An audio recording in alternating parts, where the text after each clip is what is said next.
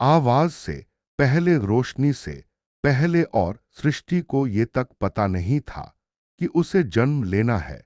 उससे भी पहले केवल शांत ही थी एक ऐसी खामोशी जिसमें खुद अनंत ने अपनी सांस रोक ली थी, एक ऐसा खालीपन जो अनुपस्थिति नहीं बल्कि अनंत संभावनाओं से भरा हुआ था। और फिर उस शांत ही के भीतर कुछ हलचल होने लगी, कोई गति नहीं, केवल एक इरादा। ऋषि कहते हैं यह शिव थे न इंसान, न कोई आकार वाला देवता, बल्कि शुद्ध चेतना, वह आदि चेतना जो समय से भी पहले थी। जब शिव ने चाहा कि वह स्वयं को व्यक्त करे, जब अनंत ने चाहा कि वह खुद को अनुभव करे, तो उन्होंने बोला नहीं, उन्होंने कंपन किया।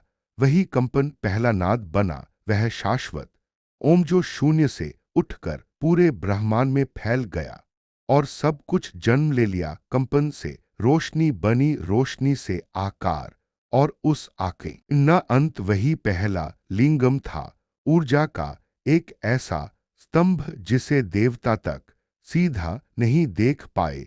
वह न पुरुष था, न स्त्री, न ठोस था, न शून्य, वह स्वयं अस्तित्व की ज्यामिति था।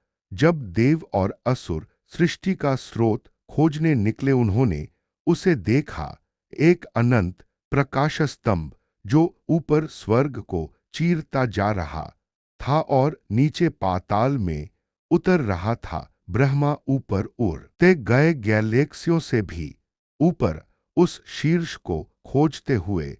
विष्णु नीचे उतरते गए, अंधकार की गहराइयों में उसकी जड़ को खोजते हुए, पर कोई अंत नहीं मिला। लिंगम अनंत था, समय से भी परे, और उसी क्षण उन्हें समझ आया कि लिंगम कोई मूर्ति नहीं बल्कि वास्तविकता का अक्ष है, वह धर अकन जिस पर पूरा ब्रह्मांड टिका है। तारे उसके इर्द गिर्द घूमते हैं, गैलेक्सी उसकी लय पर चलती है।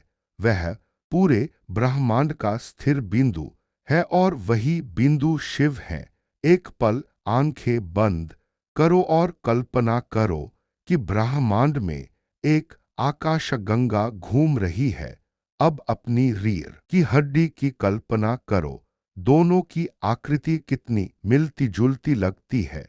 ऊपर उठती हुई ऊर्जा, घूमती हुई जागृति की ओर। ये संयोग नहीं है, भारत के ऋषियों ने इसे ऋग्वेद में बताया है।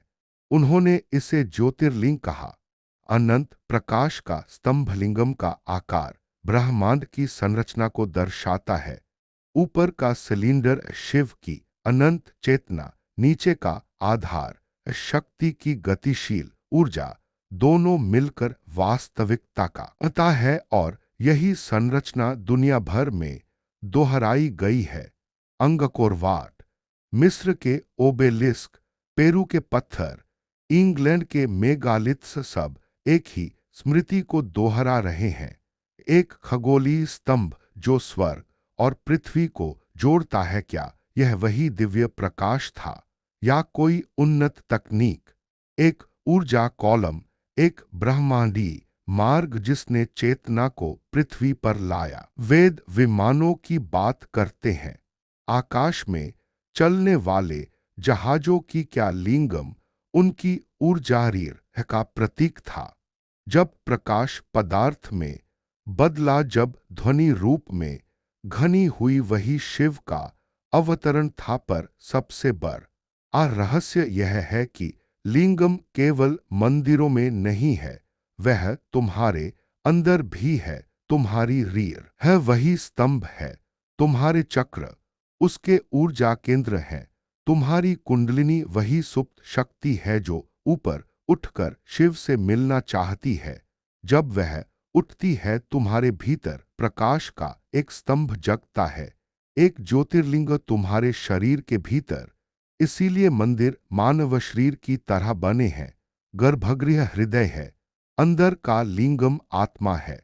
और जब तुम ओम नमः शिवाय कहते हुए प्रदक्ष हिना करते हो, तुम पथ अह में है वही अक्ष जो ब्रह्मांड को थामे हुए है।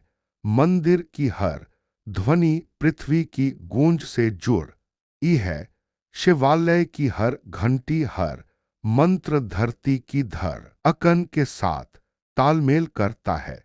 जब हजार लोग एक साथ मंत्र बोलते हैं, उनकी स्पंदन लहर मन और पदार्थ को एक लय में बांध देती है।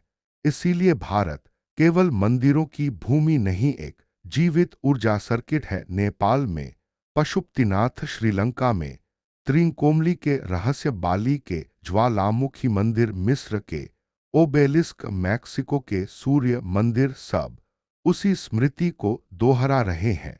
ऊपर से उतरती हुई एक किरण, शून्य असीम। ऋषियों ने कहा, वही सिंगुलैरिटी, वही लिंगम है जो सृष्टि को बनाता भी है और मिटाता भी है।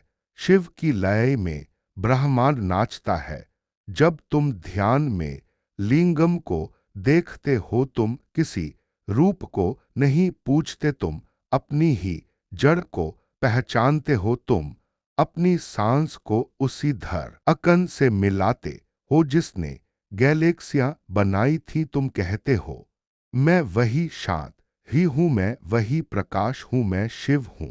और उसी शांत ही में फिर से नृत्य शुरू होता है। तारों का जन्म, गैलेक्सियों की टकराहट, नई दुनिया, शिव का तांडव। विनाश नहीं, नवसृजन है।